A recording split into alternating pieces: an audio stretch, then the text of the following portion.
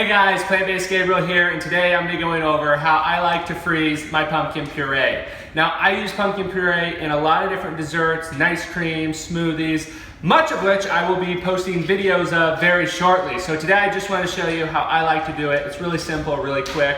All we're going to need for this recipe is an ice cube tray, a can of pumpkin puree, a spoon or spatula, and then a can opener to get that pumpkin puree opened up. So I'm gonna bring you guys in here and we're gonna get this going. All right, we've got our can of pumpkin puree, we've got our spoon or spatula, and all we're going to do is set this over our ice cube tray.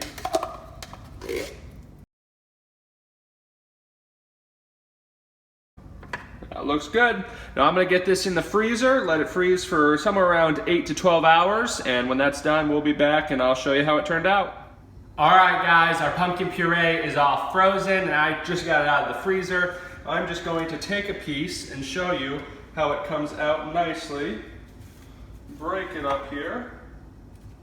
And there we go. We've got perfectly frozen little cubes. They're about 2" by 1" pieces that we'll be able to use in nice creams, in smoothies, and a bunch of other desserts and different dishes coming up this fall. So stay tuned to my channel and my page, Plant-Based Gabriel on YouTube and The Plant-Based Gabriel on Facebook. I really hope you guys found this video helpful. Really quick one, just want to show you in advance before I start making some of these recipes. If you guys did find this helpful, make sure you hit the like button on Facebook and the subscribe button on YouTube with that little bell to get notified whenever I post new recipes.